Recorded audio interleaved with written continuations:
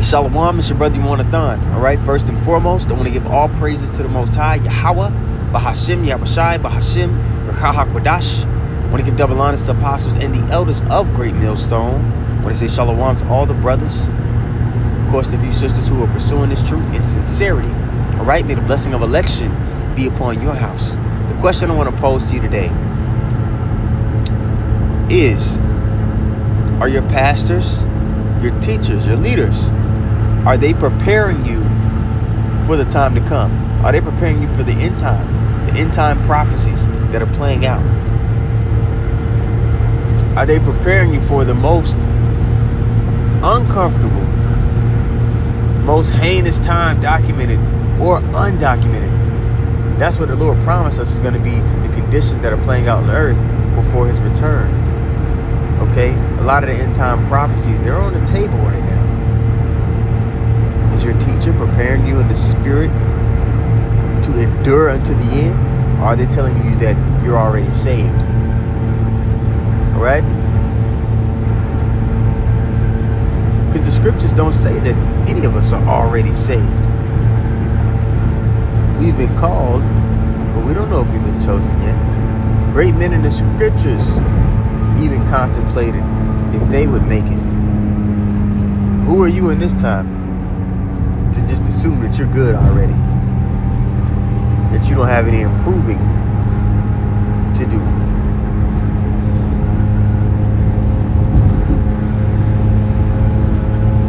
That you don't have to make a conscientious attention to the details of your life. All right, just to back up what I said about the worst time getting ready to play out in the earth, let's go to Matthew 24:21. We'll also get Daniel 12:1. All right, this is Matthew, the 24th chapter. And actually, let's start up.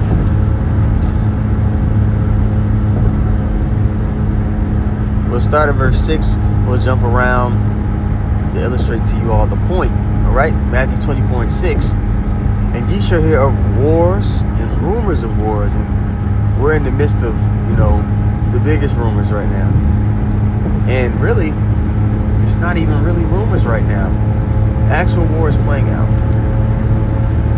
We're already, World War III has already started. It hasn't been, just pronounced to the public. But everybody's positioning themselves strategically to come out on top of this inevitable conflict. Okay? And ye shall hear of wars and rumors of wars.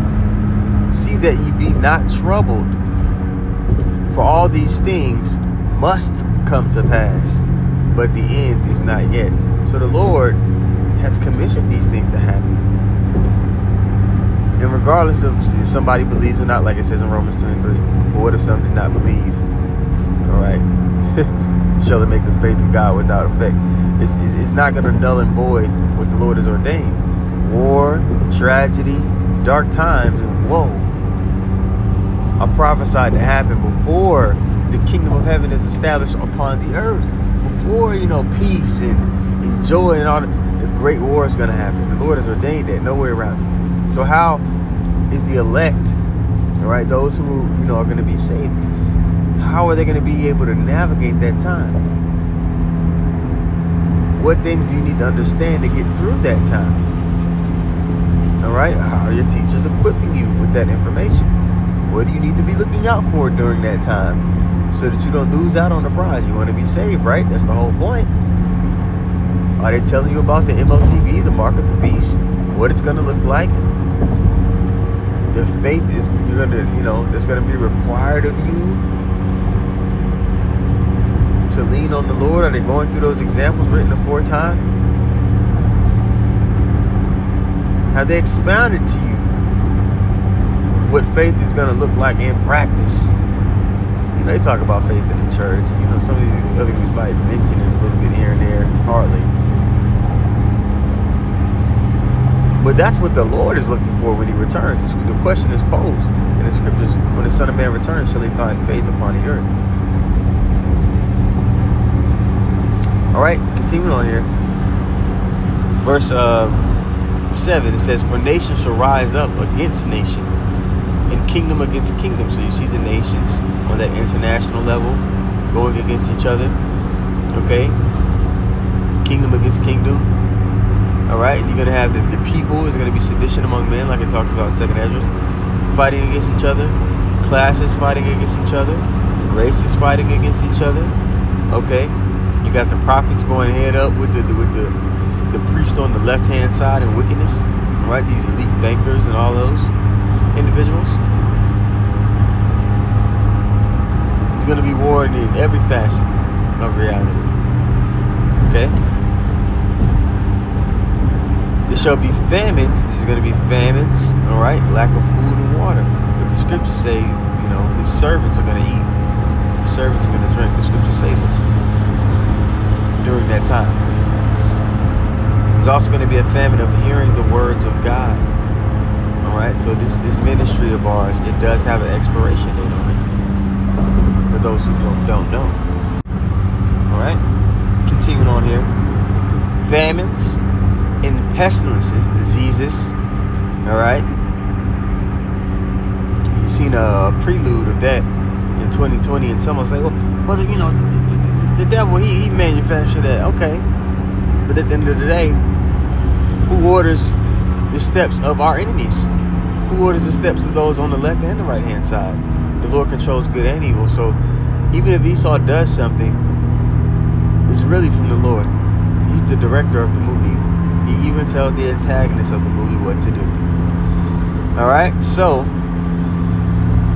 pestilences and earthquakes in diverse places. At the beginning of 2024, there was a record number of earthquakes that took place that day, and in places that are very rare to have earthquakes.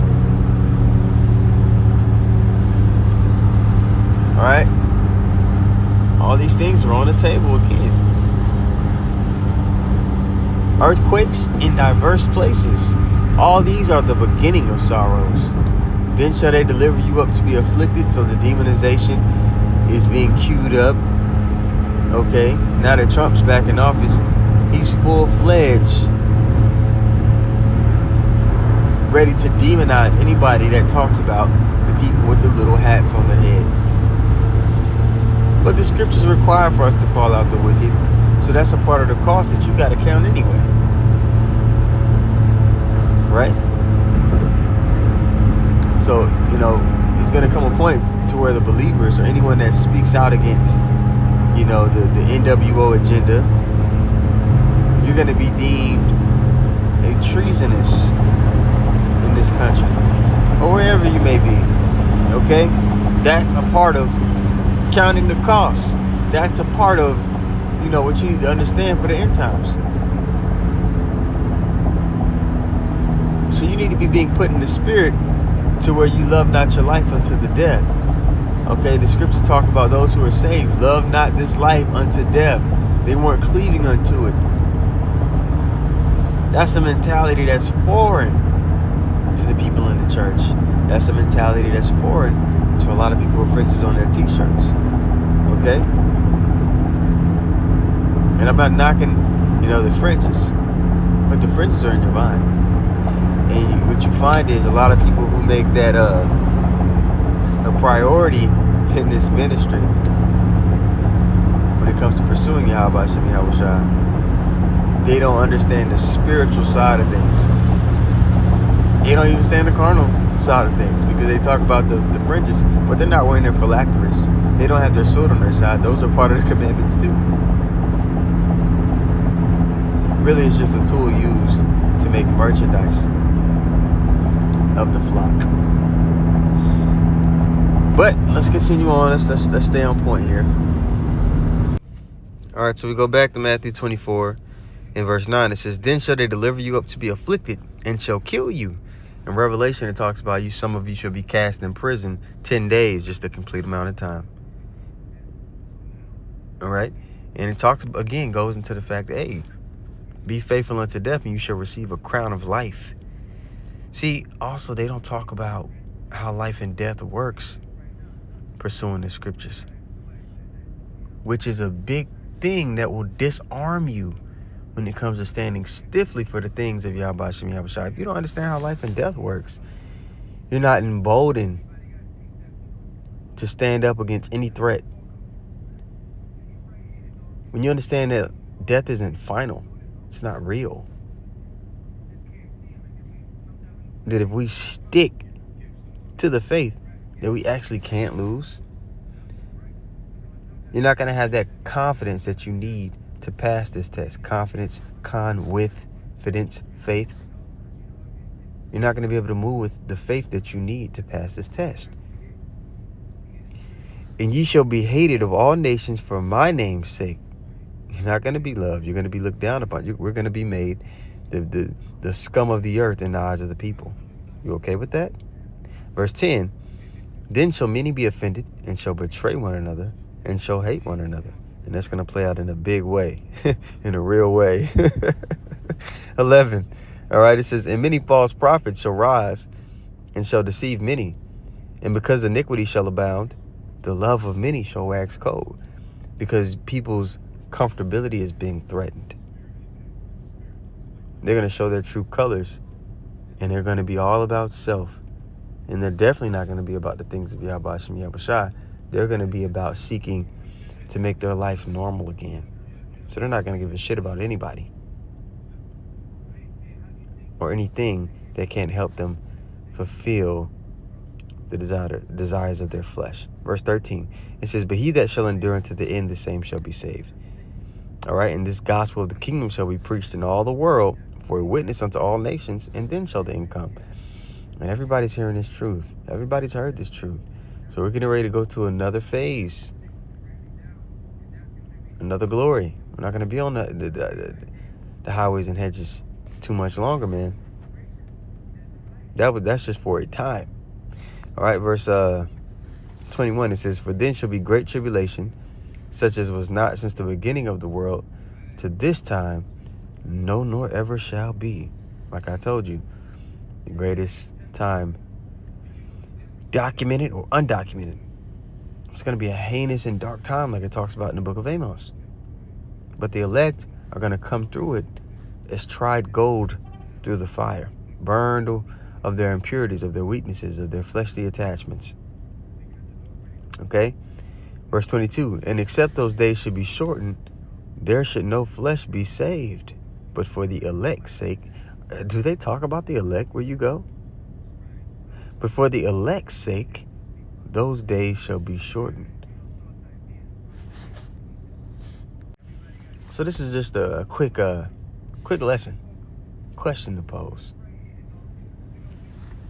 And to the new people that might come across this channel or see this video, something to ask yourself, are you being prepared for the test? Because there is a test coming, whether you want it to be or not. So with that being said, Abaratazah, the lesson was edifying. I want to give all praises once more to Yahweh, Bahashem, Yahweh, Bahashem, Ruach HaKodesh. I want to give double honor to the apostles and the elders of Great Millstone. I want to say shalom to all the brothers and, of course, the few sisters who are pursuing this truth in sincerity. All right, may the blessing of election be upon your house. Shalom.